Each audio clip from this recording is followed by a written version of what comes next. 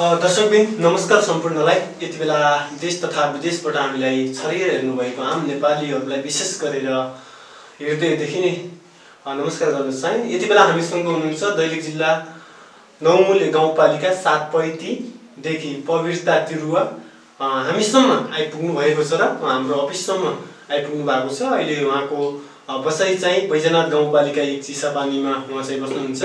विशेष गरेर तपाईहरुको माझमा एकदमै मिठो प्रतिभा ल्याएर आउनु भएको छ। हामी अब उहाँको परिचय तर्फ लाग्नेछौँ। नमस्कार। नमस्कार। तपाईको परिचय? मेरो नाम पवित्रा तिरुवा। हजुर। मेरो घर चाहिँ नौमुले गाउँपालिका 7 पैती। अनि तपाईले चाहिँ एउटा एकदमै मिठो प्रतिभा गिराउनुहुन्छ भन्ने खबर हामीले प्राप्त भए सँगसँगै आज तपाईले हामीले हाम्रो अफिससम्म पनि आउनको लागि पनि अनुरोध गर्यौं। अनि के छ त्यस्तो? अब त्यस्तो धेरै त होइन, अब अलिअलि चाहिँ गाउन सक्छु। ल अब यति भन्दै अब हामी चाहिँ एकदमै मिठो प्रतिभातर्फ लाग्नेछौँ। पुरा भिडियो हेरेर साथ दिनु होला र यो खबर सबैसम्म तत्काल पुर्याइदिनुको लागि पनि म अनुरोध गर्दछु। एउटा सानो मिठो गीत गीताएर हाम्रो दर्शकहरूलाई मनोरञ्जन दिनुको लागि म अनुरोध गर्दछु है। हस्, धन्यवाद। यो गीत चाहिँ आदरणीय विष्णुमाझी दिदीको हो, तर अब यो गीतका सम्पूर्ण सर्जक स्रष्टाहरूप्रति सम्मान र यो गीत कस्तो लाग्छ सबैजनाले सुनेर साथ माया हौसला दिनु होला भन्न चाहन्छु।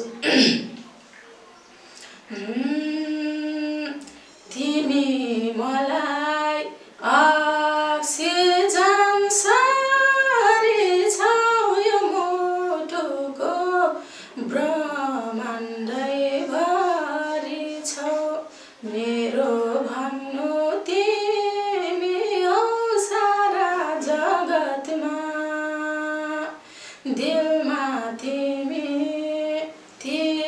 नै, आँखामा तिम्रै माया छ, मेरो नसा नसामा,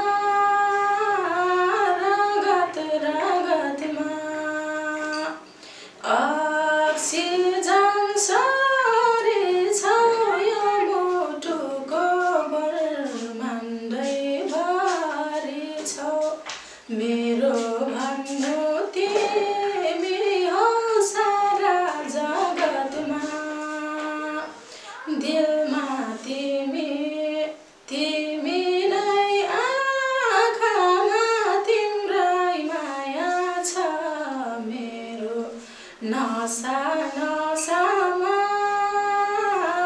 रगत रगतमा। विशेष गरेर सर्वप्रथम त एकदमै राम्रो गीत गाउनु भएको थियो। एकदमै मलाई त एकदमै धेरै मन पर्यो।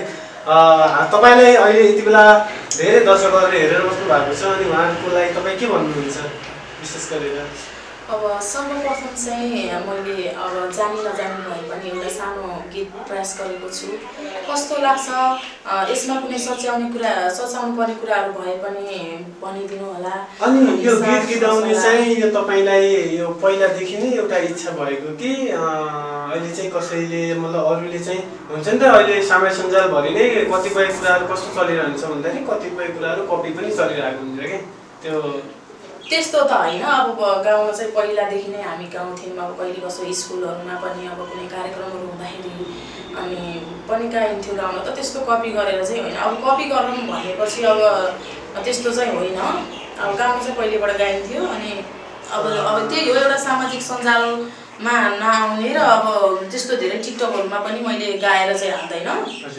अनि गाउन चाहिँ गाउँछु म अलिअलि। अनि के लाग्छ त तपाईलाई? अनि अब यति मिठो गीताउनु हुनुहुँदैछ है, मलाई त एकदमै मन पर्यो। अब हाम्रो दर्शक श्रोताहरूलाई के कस्तो लाग्छ कमेन्ट बक्समा कृपया दिनु होला। अनि यो गीत चाहिँ सबैसम्म पुर्याइदिनुको लागि अनुरोध पनि गर्दछु। एकदमै धेरै साथ सपोर्ट तपाईहरूले दिनुभयो भनेपछि हामीबाट पनि अवश्य हाम्रो दिदी हुनुहुन्छ कि बहिनी हुनुहुन्छ, अब यसमा चाहिँ उहाँलाई चाहिँ हामीबाट साथ सपोर्ट चाहिँ एकदमै धेरै हुनेछ विशेष गरेर पनि भन्न चाहन्छु। अनि यति मात्रै हो कि अरू पनि गीत आउनुहुन्छ नि? अरू पनि केही टुक्काहरू आउँछ होला नि है? एकदमै वनपाखामा एकदमै अब हाम्रो दैलेख भनेको त एकदमै वनपाखामा मतलब एउटा हाम्रो गाउँले एउटा दैलेख जिल्ला हो, तर त्यहाँ चाहिँ धेरै प्रतिभाहरू लुकेर बसिरहेका हुन्छन्। तर हामीले कतिपय प्रतिभाहरूलाई चाहिँ बाहिर ल्याउन सकेका हुँदैनौँ। कस्तो हुन्छ भन्दाखेरिमा कोही अब दैलेखको मान्छेहरू चाहिँ सहरतिर आएर बस्नु भएको छ भनेपछि चाहिँ उहाँहरूले भन्नुहुन्छ मसँग यस्तो प्रतिभा छ, म राम्रो चाहन्छु यताउता भनेपछि मात्रै थाहा हुन्छ। न त पनि गाउँमा गएर खोज्ने हो भने त थुप्रै प्रतिभाहरू छन्। एकदमै खुसी लाग्यो आज एकदमै दैलेखको प्रतिभा हामीले ल्याएर दैलेख मिडिया प्रणालीबाट आइसकेका छौँ। एकदमै धेरै हाम्रो दैलेखी वासीहरूले एकदमै धेरै मन पराउनु हुनेछ र हाम्रो दिदीको लागि चाहिँ विशेष गरेर धेरै सबैसम्म पुर्याइदिएर साथ सपोर्ट दिनुहुनेछ भन्नको लागि चाहिँ म अनुरोध गर्दछु। अनि अब अरू पनि हामी गीतहरू सुन्दैछौँ, के कस्तो लाग्छ है त? ल दिदी हुन्छ, एउटा गीत गाउनेछु अनि यस गीतका सम्पूर्ण सृजक स्रष्टाप्रति सम्मान। अनि यो गीत पनि एक अरू भाका नै हुन्छ। म सुरु गर्छु। जसले हिजो बोलेरै थाकेन, बोलेरै थाकेन, आज बोल्ने चाहना राखेन, सानो तिमीलाई भुली कहाँ जाऊँ, दिँदैछौ रे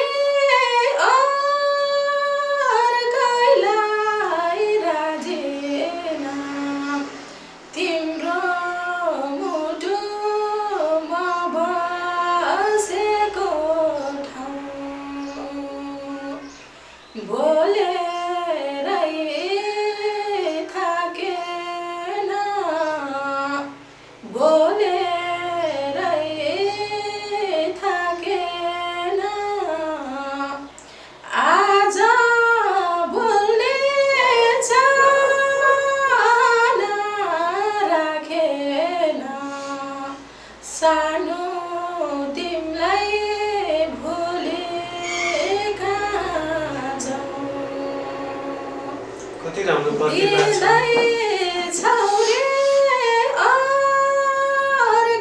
अर्कैलाई राजेना, तिम्रो मुटुमा बसेको ठाउँ,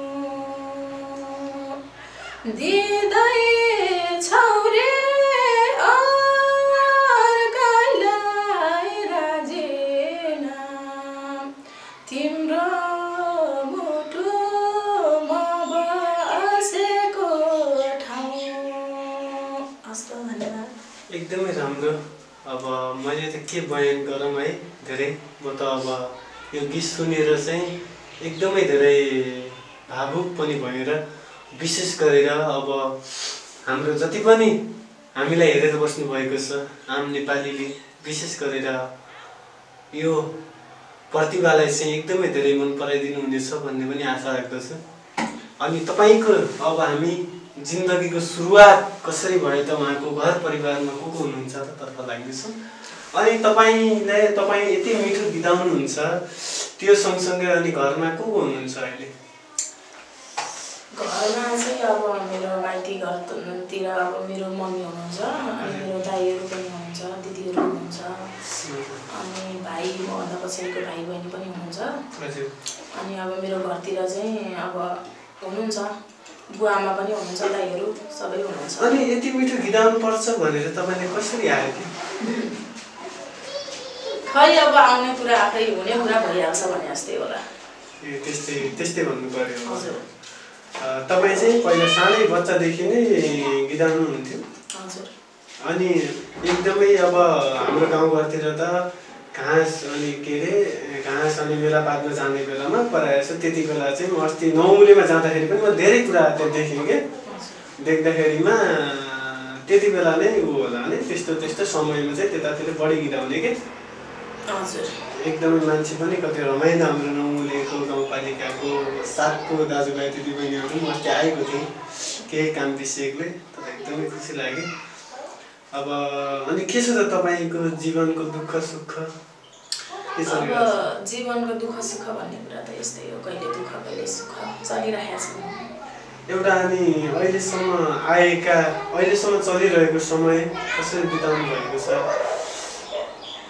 ठिकै छ, अब त्यस्तो धेरै असजिलो त केही पनि छैन। अब एकदमै सहज रूपमा काटिरहनु भएको छ अहिलेसम्म। यति भन्दै अब छुट्टिने त होला केही छ र अब छुट्टिने बेलामा ल लास्ट अब एउटा गीत अनि बस छुट्टिनु पर्यो है। अलिक ठुलो